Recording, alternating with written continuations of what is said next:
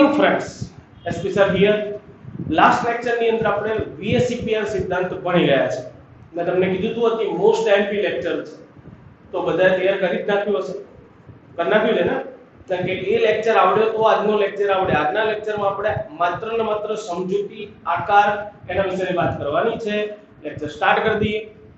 પણ જો હજી તમે મારી ચેનલ સબસ્ક્રાઇબ નથી કરી તો પહેલા જે ચેનલ સબસ્ક્રાઇબ કરી નાખો. YouTube પર જઈ કેમિસ્ટ્રી વિથ એસ્પિસર ટાઈપ કરો, મારી ચેનલ આવી જશે, સબસ્ક્રાઇબ કરો. ઓકે, ચલો તો આગળ વધીએ છે. આપણે લાસ્ટ ટાઈમ VSEPR સિદ્ધાંત ભણ્યા હતા. એક વખત તો તમને ખાલી એની ઝલક આપી દઉં. પેલું કહેવાય ને રિવિઝન. હા, એવું એ કરાય. તો VSEPR સિદ્ધાંતમાં મેં તમને કીધું હતું મુખ્ય છે તેની અભિધારણાઓ. પહેલી અભિધારણા આપણે જોઈ હતી કે અણુનો આકાર જે છે એ મધ્યસ્થી પરમાણુની આસપાસ રહેલા બકા અને અબકા એટલે બંધકારક અને અબંધકારક ઇલેક્ટ્રોન યુગ્મોની સંખ્યાના આધારે નક્કી થાય.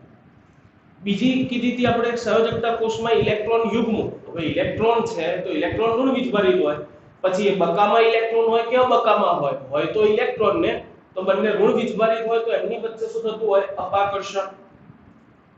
ત્રીજી અભિધારણા ઇલેક્ટ્રોન યુગ્મો વચ્ચે અપાકર્ષણ થાય, આથી આપણે જે સંયોજકતા કક્ષા છે એને વર્તુળાકાર ગણી એની ઉપર એ જે બંધકારક કે બંધકારક ઇલેક્ટ્રોન યુગ્મ હોય એ એવી રીતે ગોઠવવાનો પ્રયત્ન કરે કે જેથી તેમની વચ્ચેનું અંતર મહત્તમ થાય અને અપાકર્ષણ બને એટલું ઓછું થાય. આપણી ત્રીજી હતી અભિધારણા. ચોથી અભિધારણામાં આપણે એવું કીધું હતું કે જ્યારે કોઈ બે પરમાણુ વચ્ચે એક કરતા વધુ દ્વિબંધ હોય કે ત્રિબંધ હોય તો એ ત્રણ બંધને અલગ અલગ ન ગણતા ત્રણે ત્રણનું એકલ અતિ યુગ્મ ગણી લેવાનું. મેં તમને ઉદાહરણ આપ્યું હતું, તેમ છતાં હું એકવાર ફરીથી રિપીટ કરું. ધારો કે અહીંયા બે કાર્બન કાર્બન વચ્ચે ટ્રિપલ બોન્ડ બનેલા છે, ટ્રિપલ બોન્ડ છે, પણ જ્યારે આપણે VSEPR સિદ્ધાંત એને લાગુ પડે તો ટ્રિપલ બોન્ડ આખાને એક જ બંધકારક યુગ્મ ગણવું. બંધકારક એકલ અતિ યુગ્મ, બંધકારક એકલ અતિ યુગ્મ. હા, તમને એવું પૂછે કે ભાઈ ચલો અહીંયા C ટ્રિપલ બોન્ડ C માં અથવા તો અહીંયા C ટ્રિપલ બોન્ડ C માં બંધકારક ઇલેક્ટ્રોન યુગ્મ કેટલા?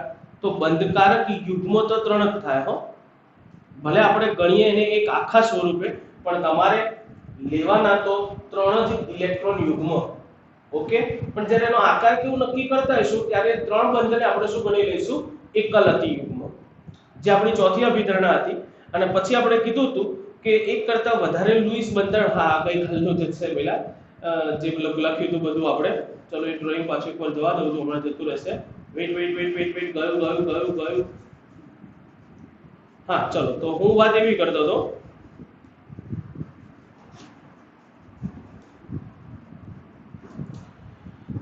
જ્યારે કોઈ બે કે વધારે સંસ્પંદન રચના રજૂ કરી શકતા હોય, કોઈ અણુ હોય જેમ કે ઓઝોન હતા તો ઓઝોનમાં આપણે બે બંધારણ જોડી શકતા હતા ને, સંસ્પંદન બંધારણ. તો એ બંને બંધારણને VSEPR સિદ્ધાંત એક સરખી રીતે લાગુ પડે.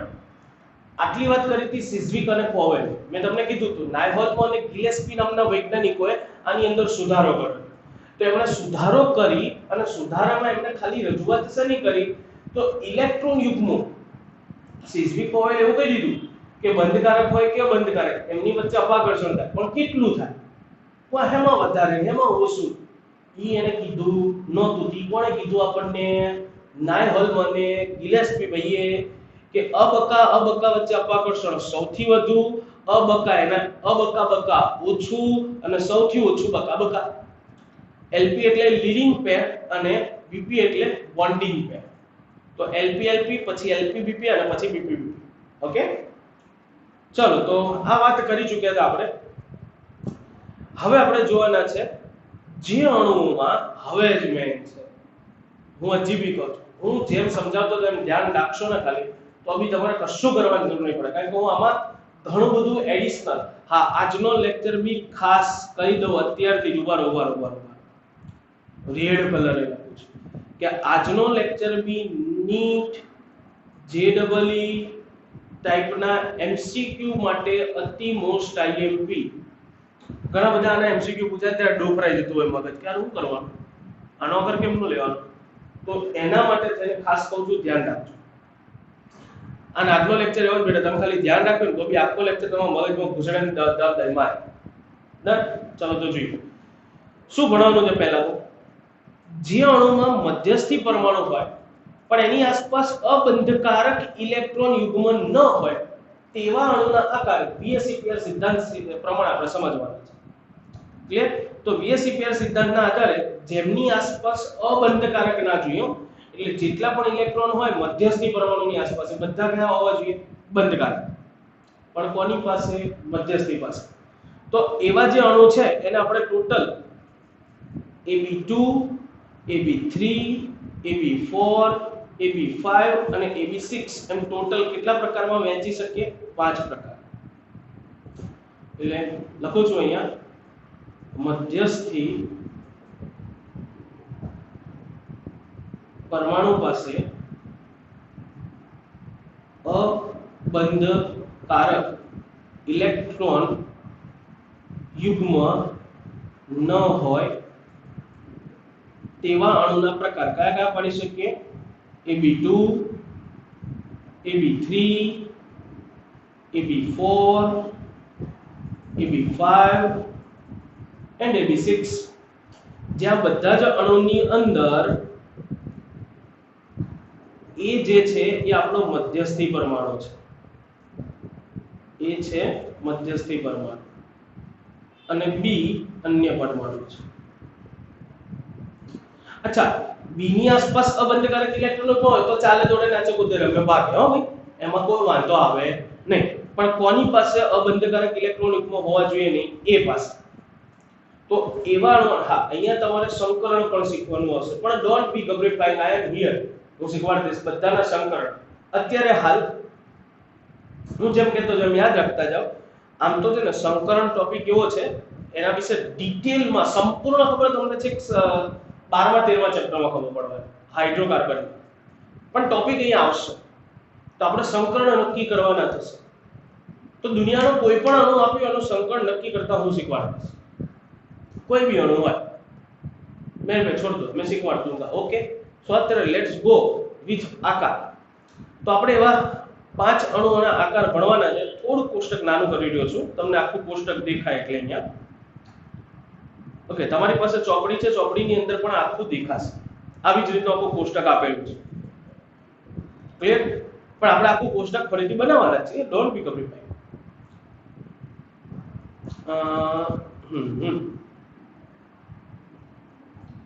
ચાલો આપણે અહીંયા આટલી જગ્યામાં બનાવીશું. અહીંયા હું થોડોક તમને નડીશ પણ તમારે ટેન્શન નહીં લેવાનું. ચલો પ્રકાર વાઇઝ આપણે જોતા જઈએ. તો પહેલા આપણે લખીશું પ્રકાર,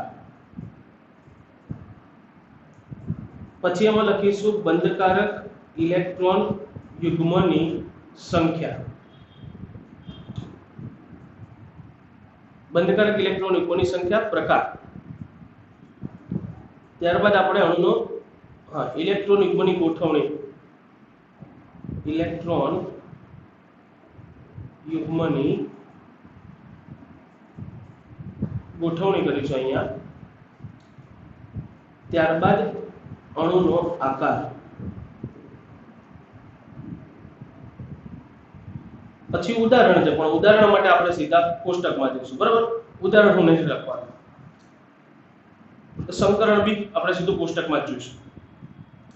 ચલો સૌથી પહેલો પ્રકાર લઈએ આપણે AB2 પ્રકાર.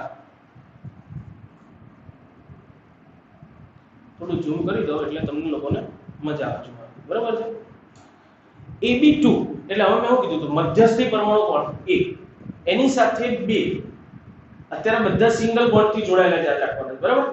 તો B અન્ય પરમાણુ છે જે 2 બંધથી જોડાયેલા હોય, કારણ કે 2 B છે તો બંને 2B એટલે એમ નહીં, 2 B પરમાણુ છે તો બંને એક બંધથી જોડાય એટલે 2 બંધ બને હોય તો AB2 પ્રકાર થાય.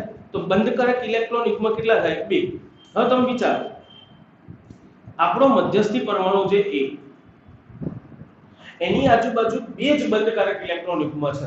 તો વિચારો, 2 જ બંધકારક ઇલેક્ટ્રોન યુગ્મ હોય જેમની વચ્ચે અપાકર્ષણ થાય, તો એ બંને એકબીજાથી મેક્સિમમ અંતરે ગોઠવાશે. તો એવું કયું અંતર હોય બે વચ્ચે કે જ્યાં એમની વચ્ચેનું અંતર મહત્તમ બને અને એમની વચ્ચેનું અપાકર્ષણ લગભગ નહીવત થઈ જાય? તો એવું એક જ કન્ડિશનમાં શક્ય બને જ્યારે બંને એકબીજાથી 180 અંશના ખૂણે ગોઠવાય. તો એની આજુબાજુ બંને બંધકારક ઇલેક્ટ્રોન યુગ્મ આ કક્ષાઓ દોરી છે. એવી રીતે જ ગોઠવાયેલા, એટલે જો બંધકારક ઇલેક્ટ્રોન યુગ્મ આવી રીતે ગોઠવાયેલા બી પરમાણુ, અને અહીંયા પણ આ બી પરમાણુ. આજે આપણે દોરી છે ને, ધારો કે પી કક્ષકનો આકાર હતો ને, ડમ્બેલ આકાર, તો આની પી કક્ષક, આની પી કક્ષક, આવું સમજો ખાલી. બાકી અત્યારે જનરલી હું તમને કહી દઉં, બંધકારક ઇલેક્ટ્રોન દોરવા માટે આવી રીતની રચના દોરવાની હોય. ક્લિયર? તો મારો કહેવાનો અર્થ એવો છે કે અહીંયા બંધકારક ઇલેક્ટ્રોન યુગ્મ એક અહીંયા ને એક અહીંયા, એટલે એની આજુબાજુ બંને બંધકારક ઇલેક્ટ્રોન યુગ્મ કેટલા અંશના ખૂણે ગોઠવાય? 180 અંશના ખૂણે ગોઠવાય તો મેક્સિમમ અંતર થાય અને એમની વચ્ચેનો અપાકર્ષણ નહીવત થાય. તો અણુનો આકાર, હવે અણુનો આકાર કઈ રીતે નક્કી કરવાનો? તો અણુનો આકાર નક્કી કરવા માટે તમારે આકાર નક્કી કરવા માટે સાંભળજો પરથી કહું, બંધકારક ઇલેક્ટ્રોન યુગ્મને જ ધ્યાનમાં લેવાય. અચ્છા, અહીંયા તો બધા બંધકારક જ છે. આવું જે વિધાન બોલે ને એના પછી ખબર પડશે, આના પછીના જે આકાર જોવાના છે. અત્યારે હું શું બોલ્યો કે અણુનો આકાર બંધકારક ઇલેક્ટ્રોન યુગ્મ પરથી જ નક્કી થાય. તો બંધકારક ઇલેક્ટ્રોન યુગ્મ એકબીજાથી 180 અંશના કોણે ગોઠવાય, સમાંતર ગોઠવાય તો અણુનો આકાર રેખીય બને. એટલે અણુનો આકાર આવો કંઈક હશે અને એમની વચ્ચેનો બંધ કોણ હશે? 180 અંશ. ક્લિયર? પડી ખબર? બતાવીશ, અણુના આકાર પણ દેખાડતો જઈશ તમને. જો આ રેખીય આકાર, એના ઉદાહરણ બેરિલિયમ હાઇડ્રેટ, બેરિલિયમ ક્લોરાઇડ અને મર્ક્યુરી ક્લોરાઇડ. તો ધારો કે HgCl2 હોય, એ મારે દોરવું હોય તો કેવી રીતે દોરી શકું? તો મર્ક્યુરી છે, એની બાહ્યતમ કક્ષાનો ઇલેક્ટ્રોન અને બે બાહ્યતમ કક્ષાના ઇલેક્ટ્રોન, જેની ભાગીદારી એને કોની સાથે કરી હોય? ક્લોરીન સાથે. તો એની અંદર કંઈક આવી રીતે આખો અણુ બનેલો હોય. મર્ક્યુરીની આજુબાજુ બે ક્લોરીન પરમાણુ એકબીજાથી 180 અંશના ખૂણે ગોઠવાય તો અણુનો આકાર કયો થશે? રેખીય. અહીંયા ઇલેક્ટ્રોન યુગ્મની ગોઠવણીનો આકાર રેખીય છે, અણુનો આકાર બી કયો થવાનો? રેખીય. મેં કીધું અહીંયા માત્ર બંધકારક ઇલેક્ટ્રોન યુગ્મ છે. હવે બંધકારક જ ઇલેક્ટ્રોન યુગ્મ હોય તો ગોઠવણીનો આકાર એ જ અણુનો આકાર થવાનો. કેમ? કારણ કે ગોઠવણી બંધકારકની જ કરી છે. સમજાય ને? ઉદાહરણ મેં કીધા, હવામાં સંકરણ થાય, sp સંકરણ. અત્યારે હાલ પૂરતું ગોખો, બે બંધકારક હોય તો sp સંકરણ.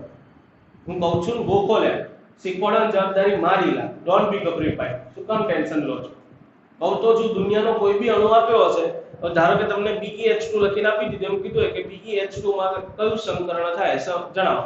ઓપ્શન આપ્યા હોય A, B, C અને D. તો આ ચારે ચારમાં કયું સંકરણ સાચું એના માટે બોલતા હું શીખવાડી દઈશ તમને.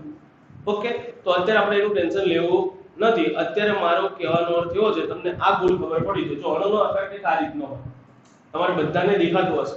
આ વચ્ચે જે બ્લુ રંગનું દેખાય છે એ છે આપણો મધ્યસ્થી પરમાણુ A, અને એની આજુબાજુ જે બંને વ્હાઇટ કલરના છે એને આપણે B પરમાણુ. હું અત્યારે બધા જ આકારમાં આવી રીતે બતાવવાનો છું, બરાબર? તો બંને પરમાણુ આવી રીતે રેખીય આકારે ગોઠવાય તો આખો અણુનો આકાર કંઈક આવો. ડન? ચલો આગળ વધીએ. આગળ વધીએ એના પછી જોવાનો છે આપણે પ્રકાર AB3. ચલો AB3. તો બંધકારક ઇલેક્ટ્રોન યુગ્મ કેટલા થવાના? 3. તો વિચારો, એ પરમાણુની આજુબાજુ બંધકારક ઇલેક્ટ્રોન યુગ્મ 3 છે, એ એવી રીતે ગોઠવવાના કે જેથી એમની વચ્ચેનું અપાકર્ષણ શૂન્ય જેવું થાય, જેટલું ન્યૂનતમ થાય અને અંતર મહત્તમ થાય. તો એ 3 એ 3 ગોઠવાશે સમતલીય ત્રિકોણ આકારે. 3 એ 3 બંધકારક ઇલેક્ટ્રોન કયા આકારે ગોઠવાય? સમતલીય ત્રિકોણ આકારે આવી રીતે ગોઠવાયેલા. આ 3 એ 3 B પરમાણુએ પોતપોતાની કક્ષકોના ઇલેક્ટ્રોનની ભાગીદારી કરી.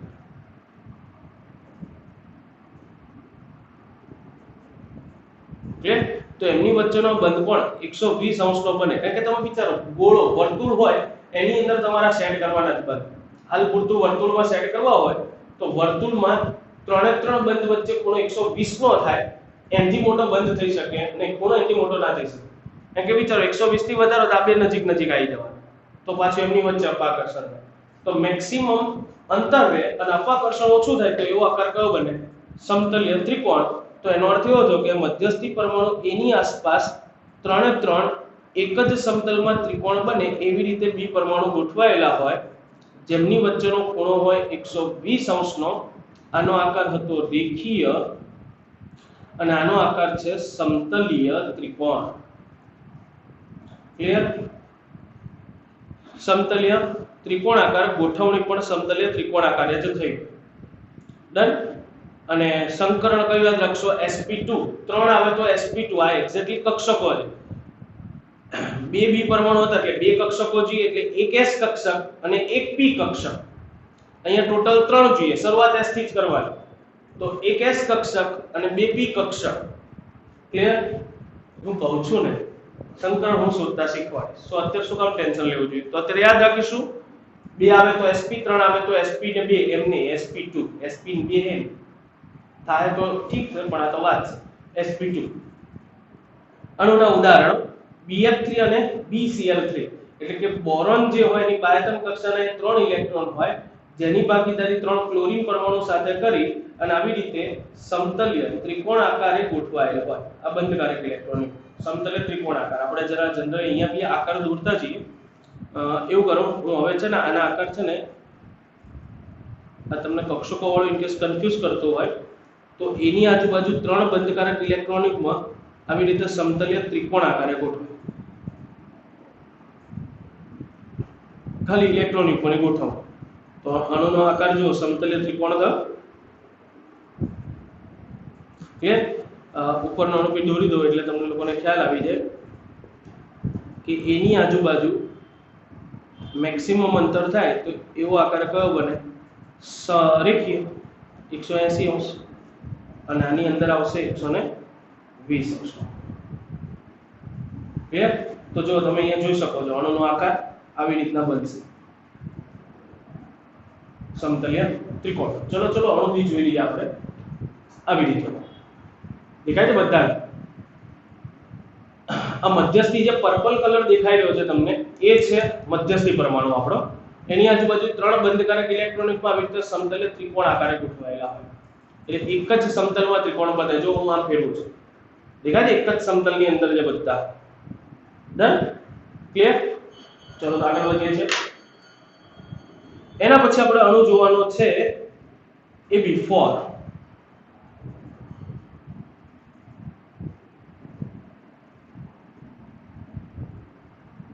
આમાં સંકરણ sp આમાં સંકરણ sp2 હવે આપણે જોવાનું છે અણુ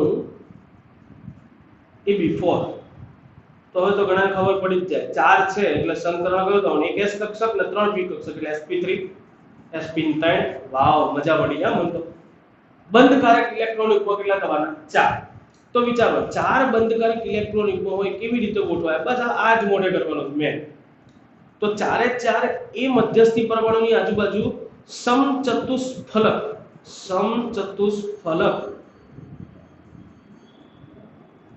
આકારે આવી રીતે ગોઠવાયેલા જેમાં બંધકોણ હોય 109 ડિગ્રી 28 કળા ગમે ત્યાંથી જો આખું આવી રીતના ત્રિપરિમાણીય બંધારણ હોય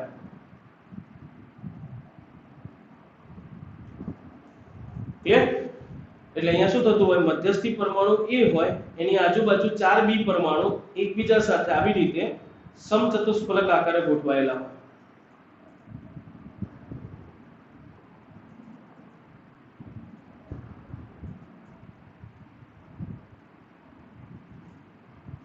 ચલો આકાર બતાવી દઈએ તમને લોકોને ખ્યાલ આવી જાય આ રીતનો આકાર જો 3 ડાયમેન્શનમાં તમને બધી બાજુથી દેખાય છે તો આમાં તમે ગમે તે બાજુથી પકડો ને આકાર સરખો જ દેખાય જો સમચતુષ્ફલક શું કામ નામ આપ્યું તો આ 1 2 3 ને જોડો એટલે એક ત્રિકોણ પછી અહીંયા 1 2 અને 3 ને જોડો એટલે અહીંયા બીજો ત્રિકોણ મારી બાજુથી જોડો એટલે 1 2 3 તો ત્રીજો અને નીચેથી જોડો તો 1 2 3 એટલે ત્રીજો ત્રિકોણ ચોથો ત્રિકોણ ચારે ચાર એક સરખા ત્રિકોણ બને કારણ કે આકાર છે ને એક સરખો હોય ગમે તે બાજુ ફેરવીશ તમને સમચતુષ્ફલક જ દેખાશે જો દેખાય ને જો કોઈ બી બાજુ ફેરવી લે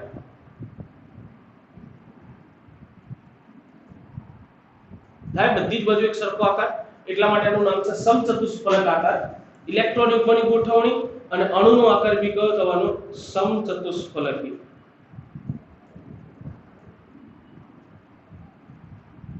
ક્લિયર ડન જેમાં સંકરણ sp3 થાય ઉદાહરણ છે મિથેન એમોનિયમ આયન BF4- અને CCl4 એટલે ધારો કે મારે આમાં મિથેન દોરવું હોય તો કાર્બનની આજુબાજુ 4 હાઇડ્રોજન પરમાણુ આવી રીતે સમચતુષ્ફલક આકારે જોડાયેલા હોય जो समचतुष्फलक आकार में देखो देखो देखो देखो सबको जोड़ देंगे तो आपको ऐसा कुछ दिखेगा, दिख रहा है। अभी इसको इधर दो तो समचतुष्फलक आकार दो एम અહીંયા પણ આવશે, આને આની હારે જોડવું પડશે એટલે સમચતુષ્ફલક આકાર ક્લિયર। ચલો તો આગળ વધીએ છીએ। એના પછી હવે લેવાનો છે આપણે AB5 વાળો। AB5 હવે ખબર પડી જ જવી જોઈએ સંકરણ હવે AB5 છે તો AB5 ની અંદર બોલો અત્યાર સુધી આપણે સંકરણ કેવી રીતે નક્કી કરતા હતા, S કક્ષક થી શરૂ કર્યું, બે હોય તો એક S અને એક P, એક S બે P, એક S 3P એટલે sp3 ચાર કક્ષકો થાય, AB5 5 છે, એક S કક્ષક 3P કક્ષક તો હવે કઈ લેવાની D એટલે સંકરણ થશે sp3d। બંધકારક બધા પાંચે પાંચ બંધકારક જ હશે તો પાંચ બંધકારક ઇલેક્ટ્રોનિકમાં મધ્યસ્થી પરમાણુની આસપાસ ત્રિકોણીય દ્વિપિરામિડ આકારે જોડાયેલા એટલે એક જ સમતલની અંદર પહેલા તો ત્રણ આવી રીતે ગોઠવાય, જેમની વચ્ચેનો બંધકોણ હોય ને 120 અંશનો હોય, બંધકોણ કેટલાનો હોય 120 અંશ, અને એક અહીંયા ઉપર ગોઠવાય એક અહીંયા નીચે ગોઠવાય। તો આ જે સમતલની ઉપર ગોઠવાયો એની સાથેનો બંધકોણ 90 અંશનો હોય। આ આકાર ખરેખર જોવા જાવ તમે તો જો હું દોરીશ તો આવું દોરાશે, એક જ સમતલમાં ત્રિકોણ બન્યો, આ ત્રણે ત્રણ ત્રિકોણને ઉપર જોડ્યા એટલે ઉપર ત્રિકોણીય પિરામિડ, અને એવી જ રીતે નીચે જોડ દઉં તો નીચે ત્રિકોણીય પિરામિડ એટલે ત્રિકોણીય દ્વિપિરામિડ। હમણાં 3D આકૃતિ બતાવીશ તમને ખ્યાલ આવી જશે। એટલે અહીંયા મધ્યસ્થી પરમાણુ A હોય એની આસપાસ પહેલા તો 3B પરમાણુ એક જ સમતલમાં આવી રીતે ત્રિકોણ આકારે જોડાય, એક ઉપર અને એક નીચે, પણ સમતલની ઉપર નીચે વાળા જે હોય એનો સમતલ સાથે બંધકોણ કેટલાનો હોય 90 નો, અને સમતલ એક જ સમતલમાં જે ત્રણ બંધ છે એનો બંધકોણ હોય 120 અંશ। ક્લિયર છે? જો આકાર દોરીએ છે આપણે આ 90 અંશ આકાર દોરું તમને એટલે તરત ખ્યાલ આવશે, રેડ કલર લઉં છું એટલે તમને ઝડપથી ખબર પડે। તો જો આ એક જ સમતલમાં બન્યું ત્રિકોણ, આ ત્રિકોણને ઉપર જોડી દો એટલે ઉપર એક ત્રિકોણીય પિરામિડ થયો, અને એ જ ત્રિકોણને નીચે જોડી દઉં તો નીચે થાય બીજું પિરામિડ એટલે એનું નામ છે સમતલીય ત્રિકોણીય દ્વિપિરામિડ। નામ શું થવાનું આનું? ત્રિકોણીય દ્વિપિરામિડ અથવા પિરામિડ જે હોય ચાલે, ત્રિકોણીય દ્વિપિરામિડ નામ દેખાતું હશે તમને, વેઇટ દેખાયું નામ ત્રિકોણીય દ્વિપિરામિડ। સંકરણ sp3d અને ઉદાહરણ છે PCl5 એટલે આ મધ્યસ્થી પરમાણુ ફોસ્ફરસ હોય અને એની આજુબાજુ આ Cl Cl Cl Cl એવા પાંચ મૂકેલા હોય। એમ કરો ને આપણે 3D આકૃતિ જોઈને ખબર પડે। જો વચ્ચે પર્પલ કલર દેખાય છે એ પરમાણુ, હવે તમે જરા જુઓ આજે હું પેન જે રાખી રહ્યો છું એ જ સમતલની અંદર દેખાય છે, એ જ સમતલની અંદર આ ત્રણે ત્રણ પરમાણુ જાય, એક આ બે અને આગળ જેમાં પકડ્યું તેને 1 2 અને 3 ત્રણે ત્રણ એક જ સમતલમાં છે, તમને સીધી લાઈનમાં એ ત્રણે ત્રણ દેખાતા હશે। તો એ જે ત્રણ છે એમની વચ્ચેનો આ જે ખૂણો હોય ને આ ખૂણો એ 120 અંશનો જો દેખાશે, આ એક આ બે અને આ ત્રણ તો જો ત્રિકોણાકાર બને અને જોડીએ તો ક્લિયર દેખાય છે ને બધાને। તો આ ત્રિકોણાકાર બન્યો એક જ સમતલમાં, અને એ સમતલની ઉપર અને એક નીચે ચોથો અને પાંચમો પરમાણુ, તો આ જે બંધકોણ બનવાનો ને આ જો તમને 90 અંશ દેખાતો હશે, ક્લિયર? તો આ 90 અંશનો ખૂણો હોય અને એક જ સમતલમાં જે ત્રણ હતા એમની વચ્ચેનો બંધકોણ કેટલાનો થશે 120 નો। ડન? ફાઇનલ? તો આ થયું જો ત્રિકોણીય ઉપર પિરામિડ, ત્રિકોણીય નીચે પિરામિડ, ત્રિકોણીય દ્વિપિરામિડ। ડન? ચલો આગળ વધીએ છીએ। AB6 કયો પરમાણુ? AB6 વેટ હવે AB6 હોય તો બંધકારક ઇલેક્ટ્રોનિકમાં 6 થવાના, સમકરણ કયું થવાનું? sp3d2 એક S કક્ષક 3p કક્ષક અને 2d કક્ષક એટલે sp3d2 sp3d2 ઓકે કઈ રીતે ગોઠવાય તો મધ્યસ્થી પરમાણુ a ની આજુબાજુ ચાર એક જ સમતલમાં 90 અંશના ખૂણે એક જ સમતલમાં ચાર પરમાણુ બંધકારક ઇલેક્ટ્રોન યુગ્મ જે હોય એ એક જ સમતલમાં ચારે ચાર ગોઠવાઈ સમચોરસ એટલે કે આવી રીતનું બનતું હોય જેમાં આ બંધકોણ કેટલાનો હોય 90 અને એમાં એક ઉપર હોય અને એક ઇલેક્ટ્રોન યુગ્મ નીચે ગોઠવાય એમાં પણ બંધકોણ કેટલાનો બનવાનો આનોના સમતલ વચ્ચેનો જે બંધકોણ હોય એ પણ કેટલાનો હોય 90 નો એટલે આમાં બધા ખૂણા 90 અંશના હોય જો તમે આને જોડી દો ને તો આખો આકાર આવો કંઈક બનતો ઘણા કે સાહેબ આને આપણે સમચોરસ દ્વિ પિરામિડ કહીશું ના કહું છું હું નામ શું થશે ને મધ્યસ્થી પરમાણુ A એની એક જ સમતલમાં 4 બી પરમાણુ મૂકી દો પહેલા તો આવી રીતે એક જ સમતલમાં 4 બી પરમાણુ આવી રીતે ગોઠવાય એક સમતલની નીચે હોય અને એક સમતલની ઉપર હવે એમને જો જોડી દઉં તો કઈક રચના આવી બની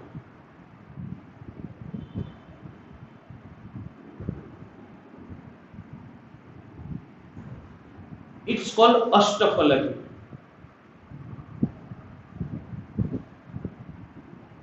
આકાર કયો થશે અષ્ટફલક 8 ફલક 8 બાજુ હોય અને 8 સરખી હોય એટલે સમ અષ્ટફલકીય ન કહેતા ખાલી અષ્ટફલકીય કહેવાનું આપણે આને ક્લિયર એટલે એનો આકાર થશે અષ્ટફલકીય ઉદાહરણ છે SF6 સલ્ફરની આજુબાજુ 6 ફ્લોરીન પરમાણુ આવી રીતે ગોઠવાયેલા હોય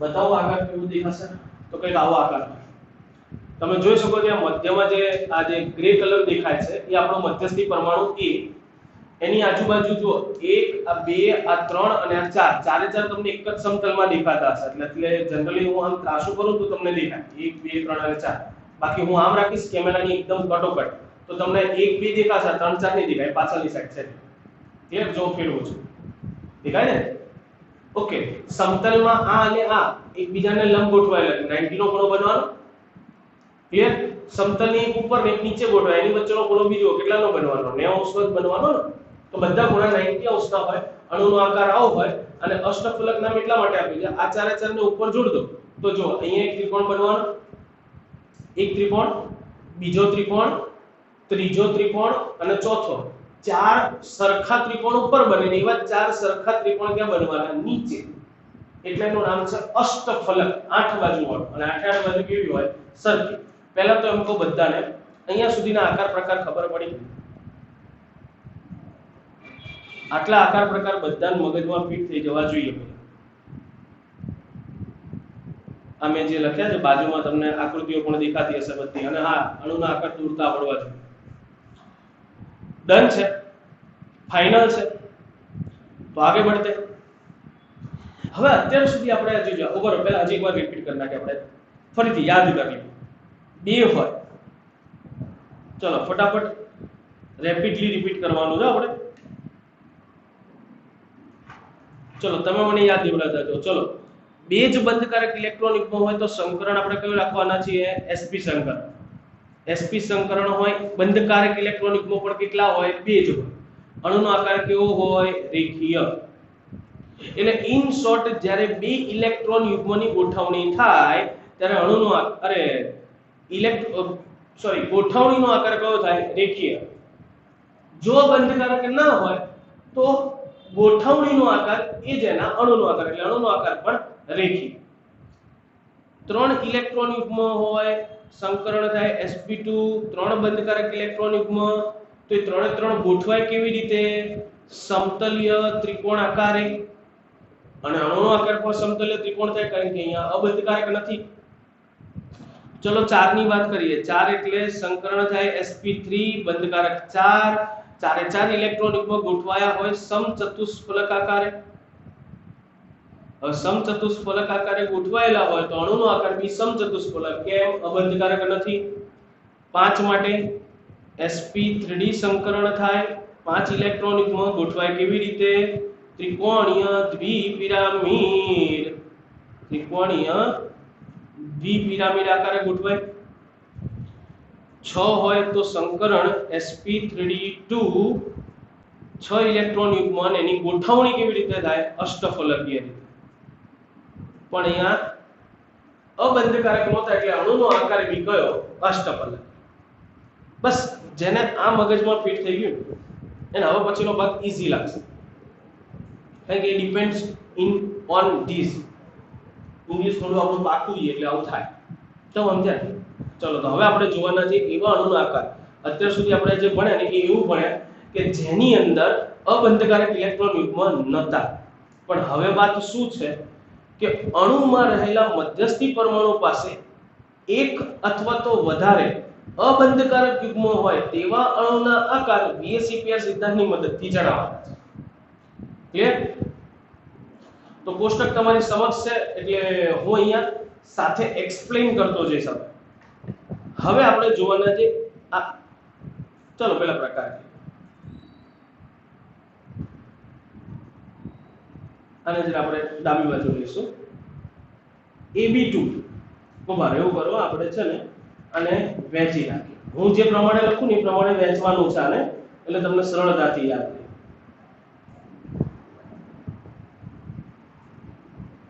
ઓકે, આમાં એ જ રીતે આપે એટલે વાંધો નહીં. ઓકે, કમ્પ્લીટ જ છે. આપણે આ જ રીતે યાદ રાખવાનું છે. કયા કયા પ્રકાર? તો આટલા પ્રકારમાં વહેંચી શકાય. AB2E, પછી AB2E2, AB2E2, એના પછી AB3E, એના પછી AB4E, AB3E2 અને AB4E2. AB4E2 હજી છે. AB4E2 હા, અને AB5E.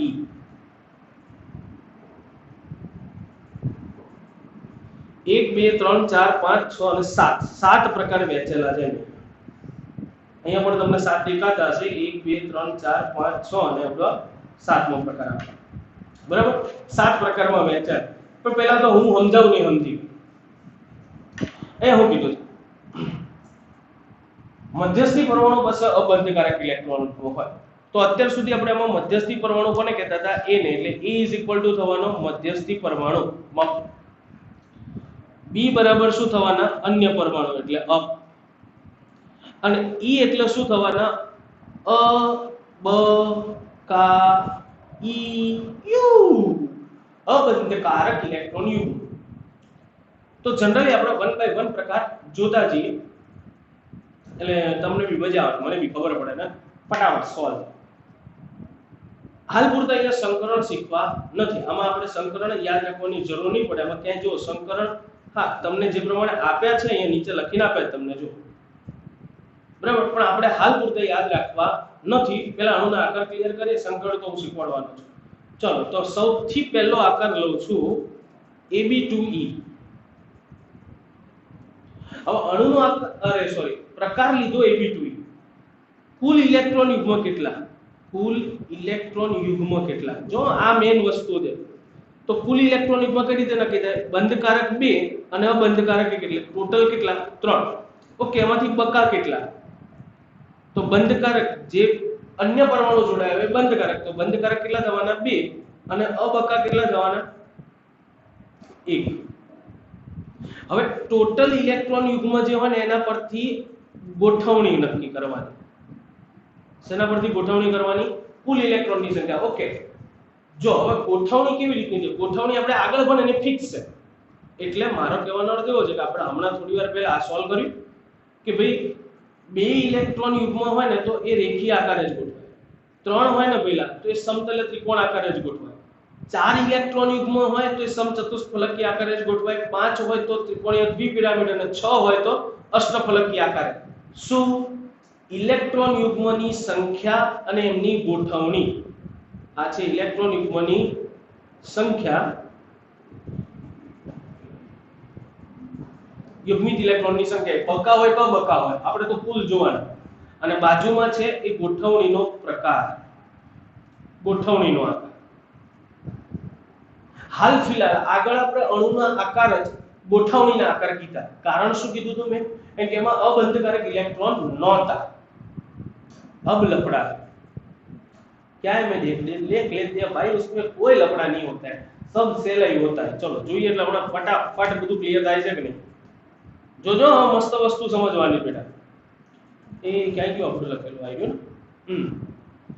તો આપણે પહેલો પ્રકાર સમજી રહ્યા હતા Ab2e.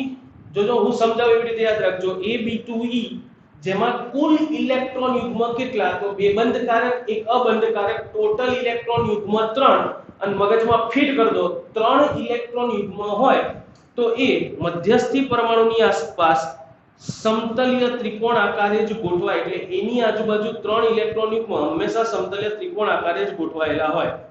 1 આ 2 અને 3 પડી.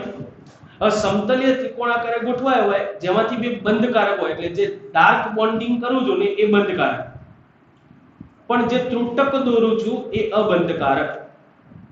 એટલે આ થઈ ગયું આપણું અબકાયુ, અબંધકારક ઇલેક્ટ્રોન યુગ્મ. બાકીના બંને કેવા છે? બંધકારક. તો અહીંયા ગોઠવાયેલા હશે બી પરમાણુ.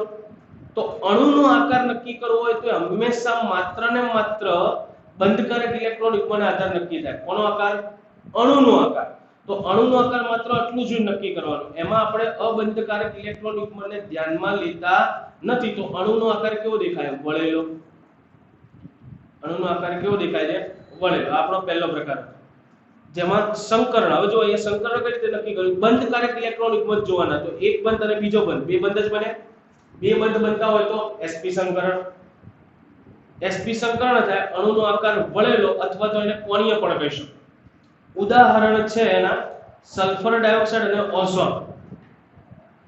ઘણા કે છે ઓઝોનમાં તો એવું નતું, એક બાજુ ડબલ બોન્ડ હોય ને એક બાજુ સિંગલ બોન્ડ હોય. આવું હતું ને, આવું બંધારણ બનતું હતું. યાદ કરો તો જરા બધા. પણ આ મધ્યસ્થી પરમાણુ ઓક્સિજન, તો એની ઉપર એક બંધકારક છે. આ ડબલ બોન્ડ છે, પણ આપણે આને આખાને શું ગણી લેવાનો? Single bond. આને પણ શું ગણી લેવાનો? આ તો સિંગલ જ છે ભાઈ. તો અણુનો આકાર કયો થઈ જાય? કોણીય અથવા તો વળેલો. એટલે આમાં ખરેખર કેવું થતું હોય કે જો 3 ઇલેક્ટ્રોન યુગ્મ હોય તો આ રીતે ગોઠવાય. ક્લિયર? પણ એમાંથી બે બંધકારક ઇલેક્ટ્રોન યુગ્મ છે. હવે એક અબંધકારક ઇલેક્ટ્રોન યુગ્મ છે, તો એ અબંધકારક ઇલેક્ટ્રોન યુગ્મ આવી ગયું. હવે જનરલી જો આ બી બંધકારક, આ બી બંધકારક ને આ બી બંધકારક, ત્રણ બંધકારક હોય તો આ ખૂણો કેટલાનો થાય? 120 નો થાય. કારણ કે ત્રણ સરખા છે. પણ આપણે VSEPR સિદ્ધાંતમાં કીધું અબક્કા અને બક્કા વચ્ચે અપાકર્ષણ વધુ થાય. કોના કરતા? બક્કા બક્કા કરતા. તો આ અબક્કા આ બક્કા બક્કાને દૂર ખસેડે એટલે આ અણુ છે ને સેજ આવી રીતે વળે. એટલે ખરેખર આ બંધકોણ હોવો જોઈએ 120 નો, પણ જો અબંધકારક ઇલેક્ટ્રોન યુગ્મ હોય ને તો બંધકોણ 120 નો ન હોય. એના કરતા હંમેશા કેવો હોય? નાનો જ હોય. કારણ કે બંને પરમાણુને શું કરે? અપાકર્ષણ. આનું આ બંને પર અપાકર્ષણ વધુ થાય કે આ બંનેને અંદર ખસેડે. અંદર ખસેડે તો એમની વચ્ચેનો બંધકોણ જે હોય 120 અંશ કરતા હંમેશા કેવો હોય? નાનો જ. ક્લિયર?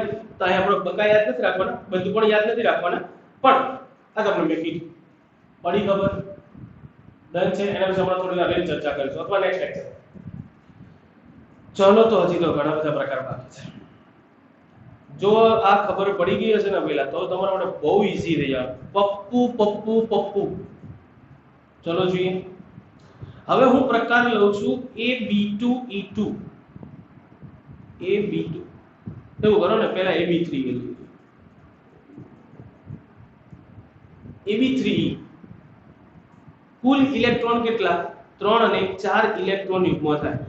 ટોટલ ઇલેક્ટ્રોન યુગ્મ. એમાં બકા કેટલા? તો બકા વિચારો, બકા કેટલા થવાના? 3. અને અબકા વિચારો, તો અબકા કેટલા થવાના? 1. પણ આપણે તો ટોટલ ઇલેક્ટ્રોન યુગ્મ જોવાના. એ કેટલા છે? 4. હવે 4 ઇલેક્ટ્રોન યુગ્મ હોય તો ફિક્સ જ હોય. 4 ની ગોઠવણી કયા આકારે થાય? સમચતુષ્ફલકીય. એટલે અહીંયા એ પરમાણુની આજુબાજુ 4 બંધકારક ઇલેક્ટ્રોન યુગ્મ આવી રીતે સમચતુષ્ફલક આકારે ગોઠવાયેલા હોય, પણ એમાં એક અબંધકારક હોય અને 3 બંધકારક હોય. એટલે જો મેં તૂટક રેખા દોરી દીધી, દેખાય ને? તો અહીંયા બી પરમાણુ, અહીંયા બી પરમાણુ, અહીંયા બી પરમાણુ. આ આપણો અબંધકારક ઇલેક્ટ્રોન. પણ અણુનો આકાર નક્કી કરવો હોય તો માત્ર શેના આધારે નક્કી થાય? બંધકારક. તો આપણે આ 3 ના આધારે જ અણુનો આકાર નક્કી કરવાનો. તો એ અણુનો આકાર કંઈક આવો થશે. ના સમજો? ચલો જોઈએ. વાત એવી હતી 4 ઇલેક્ટ્રોન યુગ્મો એટલે આવી રીતે સમચતુષ્ફલક આકારે ગોઠવવાના. જો 4 બક્કા તો આમ ગોઠવાય, પણ 4 બક્કામાંથી એક એ બક્કા, તો આ એ બક્કા થઈ ગયો અબક્કા. હવે 4 બક્કા હતા ને તો બંધકોણ 109 ડિગ્રી 28 કલાનો રહેતો. કેમ? કારણ કે 4 વચ્ચેનું અપાકર્ષણ સરખું હોય. પણ હવે જો લબડું થઈ જાય ને તો સિઝવિક-પોવેલના નિયમ અનુસાર એટલે BSEPR સિદ્ધાંત અનુસાર અબક્કા અને બક્કા વચ્ચે અપાકર્ષણ વધુ થાય એટલે આ ત્રણે શું કરશે? સમતલમાં સહેજ નીચે ધકેલા આવી. હવે આવી રીતે સહેજ નીચે ધકેલે તો અણુનો આવી રીતે નીચે ધકેલે તો અણુનો આકાર કયો થઈ જાય? તો આ ત્રણે જોડો તો અહીંયા ત્રિકોણ બન્યો. એ ત્રિકોણ ત્રણે ઉપર જોડો અહીંયા મધ્યસ્થી પરમાણુ સાથે, તો ત્રિકોણીય પિરામિડ. એનો આકાર કયો થશે? ત્રિકોણીય પિરામિડ. ચલો આપણે જરા આની અંદર ડિટેલમાં જતા રહીએ એટલે દેખાઈ જશે.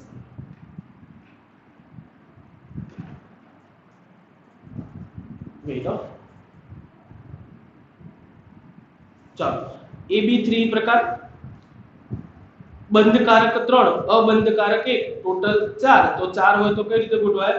સમચતુષ્ફલક આકારે ગોઠવાય. પણ અણુનો આકાર કયો થશે? ત્રિકોણીય પિરામિડ. આપણે આ 3 જ જોવાના બેટા. તો આ થઈ ગયો ત્રિકોણીય પિરામિડ. એટલે અણુનો આકાર મેં કીધું એમ હું ફરીથી એકવાર દોરી દઉં કે આ મધ્યસ્થી પરમાણુ હોય, 3 સમતલમાં સહેજ નીચે ધકેલાય એટલે આવી રીતે થઈ જાય. અને આ એક બંધકારક ઇલેક્ટ્રોન યુગ્મ હોય. તો અણુનો આકાર નક્કી કરવો હોય આપણે તો મેં કીધું એમ બંધકારક પરથી જ નક્કી કરો. તો બંધકારકને જોડ દઉં તો અણુનો આકાર કેવો બન્યો જરા જુઓ તો. આખું ત્રિકોણ પિરામિડ દોર્યું હોય એના જેવો બને. એ ત્રિકોણી પિરામિડ. અને હા ખાસ, અચ્છા ઘણા કે સાહેબ આમાં બંધકોણ કેમ નહીં કહેતા તમે? તો એનું કારણ છે જુદા જુદા પરમાણુઓની અંદર બંધકોણ બદલાય છે. એનું કારણ છે શું? અહીંયા બી પરમાણુ અને એ પરમાણુની વાત ચાલે છે. બી પરમાણુ અલગ અલગ હોય તો એમની આજુબાજુ અબંધકારક હોય તો આ જે બંધકોણ છે નો ડાઉટ મેં કીધું એમ સમચતુષ્ફલક હોત ધારો કે, તો એમાં બંધકોણ કેટલો હોત? 109 ડિગ્રી 28 કલાનો હોત. પણ અહીંયા બંધકોણ શું થવાનો? બદલાશે. જે જુદા જુદા અણુ માટે જુદો જુદો હોય, જે પ્રયોગો પરથી નક્કી થાય. સો આપણે યાદ રાખવાના આવશે નહીં. જે યાદ રાખવાના છે એના પ્રશ્નોનો જવાબ ચાખા એટલે તો યાદ રહે જશે. ચલો તો આગળ વધીએ. તો હવે હું જરા થોડું મારું કામ ઘટે એટલે હો ભાઈ સીધું આની અંદર જ આવી જાવ છું. બરાબર? ડ્રો કરવાનું થશે તો હું બાજુમાં ડ્રો કરીશ. ચલો તો હવે જોવાનું છે AB2E2. વિચારો AB2E2 બંધકારક 2, અબંધકારક 2, બંધકારક 2, અબંધકારક 2, ટોટલ કેટલા ઇલેક્ટ્રોન? 4. તો મધ્યસ્થી પરમાણુ એની આજુબાજુ 4 ઇલેક્ટ્રોન ગોઠવવાના. કયા આકારે ગોઠવાય? સમચતુષ્ફલક આકારે. એની આજુબાજુ 4 ગોઠવાશે. કયા આકારે? સમચતુષ્ફલક આકારે. પણ એની અંદર 2 કયા હશે? અબંધકારક. એટલે તૂટક દોરવા પડશે મારે.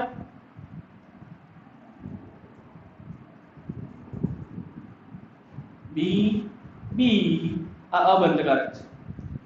તો અણુનો આકાર માત્ર આ બંને પરથી જ નક્કી થાય. કયો આકાર થવાનો? વળેલો આકાર અથવા તો કોણીય આકાર. વળેલો આકાર. ચલો એ પણ બતાવી દો. એ ભગવાન જો 4 બંધકારક ઇલેક્ટ્રોન યુગ્મો તો આવી રીતે ગોઠવાય સમચતુષ્ફલક આકાર. હવે એમાં 2 અબક્કા છે એટલે સમજો આ બી ગયું, ત્યાં બી અબક્કો આવ્યો અને ગમે તે બીજું કાઢ્યું એમાં બી આવ્યો અબક્કો. તો હવે 2 અબક્કા થઈ ગયા. અબંધકારક અબંધકારક. આ બંને એકબીજા ઉપર અપાકર્ષણ લગાડે ને એ બંનેનો આના ઉપર બી અપાકર્ષણ લાગે એટલે આ બંને હજી નજીક જાય. તો આમાં પણ બંધકોણ શું થવાનું? બદલાઈ જશે. બંધકોણ યાદ નથી રાખવાના પણ બંધકોણ અબંધકારક ઇલેક્ટ્રોનિકમાં આવે એટલે બદલાય જ, તો બંધ પણ બદલાઈ જશે. પણ હવે અણુનો આકાર જુઓ છો તો આ બે તો જોવાનું, તો અણુનો આકાર કેવો દેખાય? વળેલો અથવા તો કોણીય આકાર. કેવો આકાર? કોણીય. ક્લિયર છે? ચલો તો આગળ વધીએ છે. એના પછી Ab4E. ચલો હવે કયું છે? Ab4E એટલે બંધકારક 4, અબંધકારક 1, टोटल 5. फिक्स જ હોય. 5 હોય તો કઈ રીતે ગોઠવાય? બોલો બોલો બોલો બોલો, कौन से आकार में गोठवाएंगे? 5 हो गए तो 5 હોય તો ફિક્સ જ હોય. ત્રિકોણીય પિરામિડ એટલે એની આજુબાજુ પહેલા તો 3, એક જ સમતલમાં, એક ઉપર અને એક નીચે. પણ હવે આપણે અહીંયા એક અબંધકારક લેવાનો છે. તો અબંધકારક હંમેશા ઉપર નીચેમાંથી કોઈ દિવસ જિંદગી નહીં જોડાય. કેમ? કારણ કે ઉપર અને નીચેનો હોય ને સમતલ સાથે 90 અંશના ખૂણે હોય એટલે નજીક થઈ જવાનું. પણ એક જ સમતલમાં જે ગોઠવાયેલા હોય ને એ 120 અંશના ખૂણે હોય તો કોઈ પણ એક સમતલનો નીકળી જશે અને ત્યાં અબંધકારક ઇલેક્ટ્રોનિકમાં ગોઠવાઈ જશે. તો બાકીની જગ્યા કયા હશે? બંધકારક. મગજમાં ફીટ કરી દો. સમતલમાંથી કોઈ એક જગ્યાએ, કારણ કે સમતલ વચ્ચેના ખૂણા મેક્સિમમ હોય એટલે અપાકર્ષણ અબક્કા અને બક્કા વચ્ચે સૌથી વધુ હોય તો હંમેશા એ ક્યાં ગોઠવવાનો પ્રયત્ન કરે? અહીંયા ગોઠવાય તો એને માત્ર 1 અને 2 સાથે જ લડત આપવાની છે. પણ જો અહીંયા ગોઠવાય ને અબંધકારક તો એના 1 આ 2 અને 3, કારણ કે 3 એ 3 આમાંથી 90 અંશના ખૂણે જોઈએ. ઉભા નહીં મજા આવે. જો 5 હોય એટલે આવી રીતે ગોઠવાય. આ સમતલીય ત્રિકોણ ઉપર એક ને નીચે. તમે વિચારો જો હું બંધકારક અહીંયા જોડું ને તો અબંધકારક અહીંયા ઉપર જોડું તો એ આની સાથે બી 90 અંશના ખૂણે 3 સાથે ઝઘડા થાય. પણ જો હું એ બંધકારક અહીંયા ગોઠવી દઉં તો એને ઝઘડો માત્ર કોની સાથે રહે? આ બે સાથે જ. કારણ કે આ બંને તો ઓલરેડી એનાથી એકબીજાથી દૂર જ ગોઠવાયેલા છે. તો આપણે એક કાઢી અને એની જગ્યાએ ગોઠવી દઈએ એક અબંધકારક ઇલેક્ટ્રોનિક. તો અણુનો આકાર પ્રકાર આવો થશે. હવે અણુનો આકાર કયો થશે? તો એના માટે આપણે બંધકારક જ જોવાના. 1, 2, 3 અને 4. તો અણુનો આકાર કેવો થઈ જાય? હું આને આમ ગોઠવી દઉં તો જો એક જણ અહીંયા બે અને એક જણ ત્યાં બે. ઓહો, ટચુક હું બેહી જાઉં તો આમ જ થઈ જાય. બે હરખા વજનના બેહાડ તો આ ઊંચું નીચું થાય. મને બેહાડ જ ના ક્રેન બોલાવી પડે. શું બોલાવવું પડે? ક્રેન. તો આવું થવાનું. તો આ શું થઈ ગયું? કયો આકાર? ચીચુડો, સીસો આકાર. તો અણુનો આકાર થઈ જશે ચીચુડો. અરે હા કેમ ગયું લે? હા ગયું નહીં યાર. મેં કીધું કેમ ક્યાં આકાર થઈ? ચીચુડો આકાર થઈ જશે. ક્લિયર? ગોઠવણી ત્રિકોણની જોઈ આપણે. અણુનો આકાર કયો? ચીચુડો. ઉદાહરણ છે બધાના બાજુમાં, હું બોલતો નથી, તમને દેખાય છે, તમે જોતા જજો. ક્લિયર? એ બધા વિશે આગળ જતા હું હજી થોડું ડિટેલમાં શીખવાડીશ. નેક્સ્ટ લેક્ચરની અંદર આપણે હજી થોડા હા ડૂબી ગયો નહીં ડૂબવા દઉં હું. ચલો તો આગળ વધીએ છે. એના પછી હવે આપણે જોવાના છે Ab3E2. ચલો મજા આવશે. Ab3E2. B3 એટલે 3 બંધકારક અને 2 અબંધકારક. એટલે આમાં થયા તો કેટલા? 5. હવે જો 5 થાય તો 5 એ 5 ગોઠવાય ત્રિકોણીય દ્વિપિરામિડ આકાર. એટલે આવી રીતે જ ગોઠવાયા છે. પણ એમાં 2 અબંધકારક હોય ને, જે 2 અબંધકારક હોય ને હંમેશા સમતલમાં જ, કારણ કે મેક્સિમમ અંતરે ગોઠવાવો જોઈએ. એટલે હમણાં સમજાઈ જવું જોઈએ. ઉપર કે નીચે નો ગોઠવાય, કારણ કે ઉપર નીચે ગોઠવાય તો આ સમતલ વાળાને 90 નો ખૂણો બની જાય. તો દૂર ગોઠવવાનું. તો દૂર ગોઠવવા માટે ક્યાં ગોઠવાશે?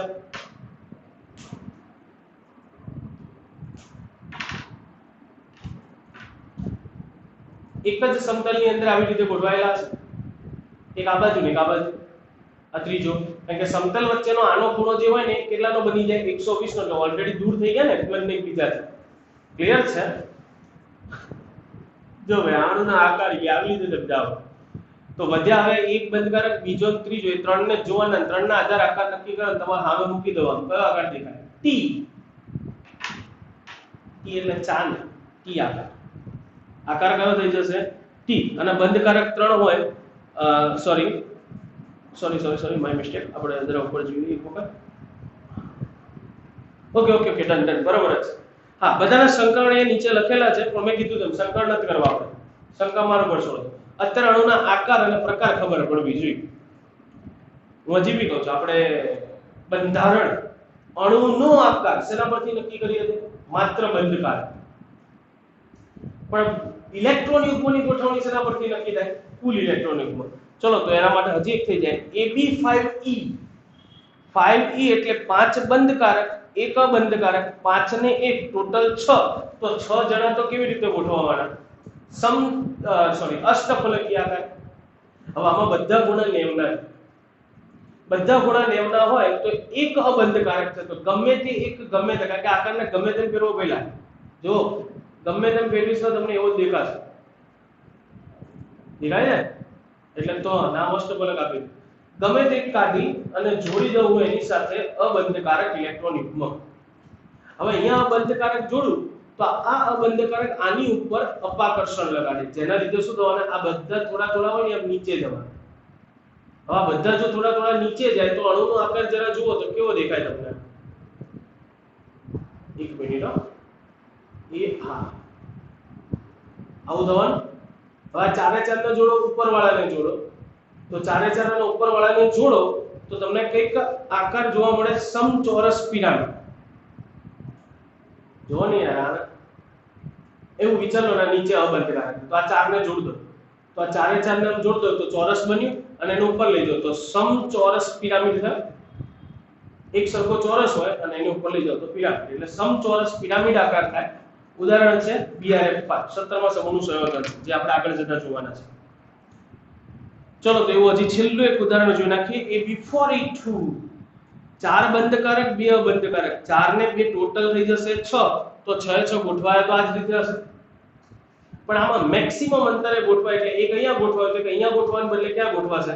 સમતલમાં નીચે. હંમેશા સમતલની વિરુદ્ધ દિશામાં બંને એકબીજાથી ગોઠવાયેલા હોય, જેથી એમની વચ્ચે બહુ બબાલો થાય નહીં. અને ચારે ચાર બંધકારક વચ્ચે હોય તો આવી રીતે ગોઠવાય તો આ બાજુથી જેટલું અપાકર્ષણ એટલું જ આ બાજુથી, એટલે બધા ચારે ચાર એક જ સમતલમાં રહે, તો બની જશે એનો આકાર સમતલીય સમચોરસ. એક જ સમતલમાં ચોરસ દેખાતું હશે તમને, જો કે સમતલીય સમચોરસ. જો હું એકવાર તમને ખાલી નાના શબ્દોમાં ફરીથી કહી દઉં, બધાને ફટાફટ ખબર પડી જાય.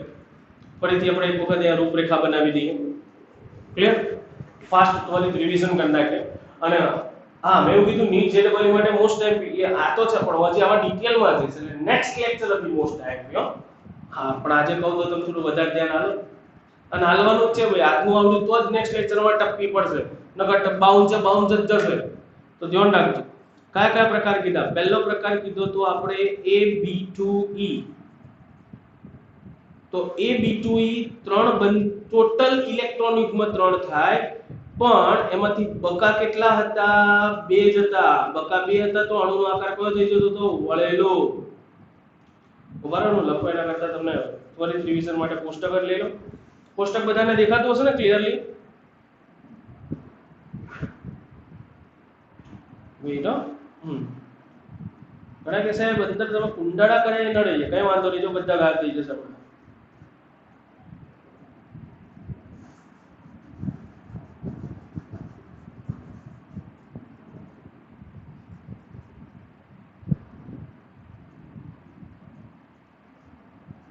થઈ ગયા ગાયબ? એટલે હા તો બોલો. ના સાહેબ નીચે રહી ગયો, અમને ખબર તમને બધાને આવી ત્રુટીઓ વધારે દેખાશે સાલા. ચલો હજી થોડું ઝૂમ કરું છું, 1 બાય 1 ફટાફટ એક વખત ત્વરિત રિવિઝન. AB2E ટોટલ ઇલેક્ટ્રોન યુગ્મ કેટલા થતા હતા? 3. બંધકારક કેટલા હતા? 2. તો આપણે માત્ર 2 બંધકારક જ જોતા હતા અને અણુનો આકાર નક્કી કર્યો તો વળેલો.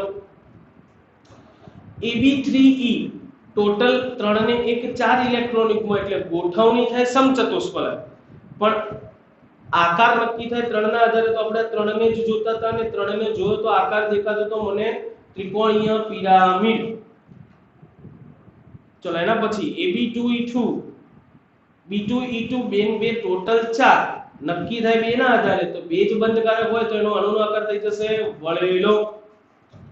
AB4E 4 ને 1 ટોટલ થઈ જશે 5,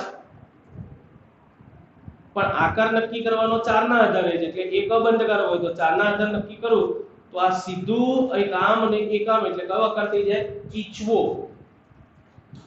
એના પછી 3 ને 2 5 AB3 E2 3 ને 2 ટોટલ 5 પણ આકાર નક્કી થાય 3 ના આધારે 5 માં 2 મેક્સિમમ અંતર એટલે એક જ સમતલમાં ગોઠવાતા હતા 120 છે તો આના આધાર નક્કી કરો તો કયો આકાર થાય આ T આકાર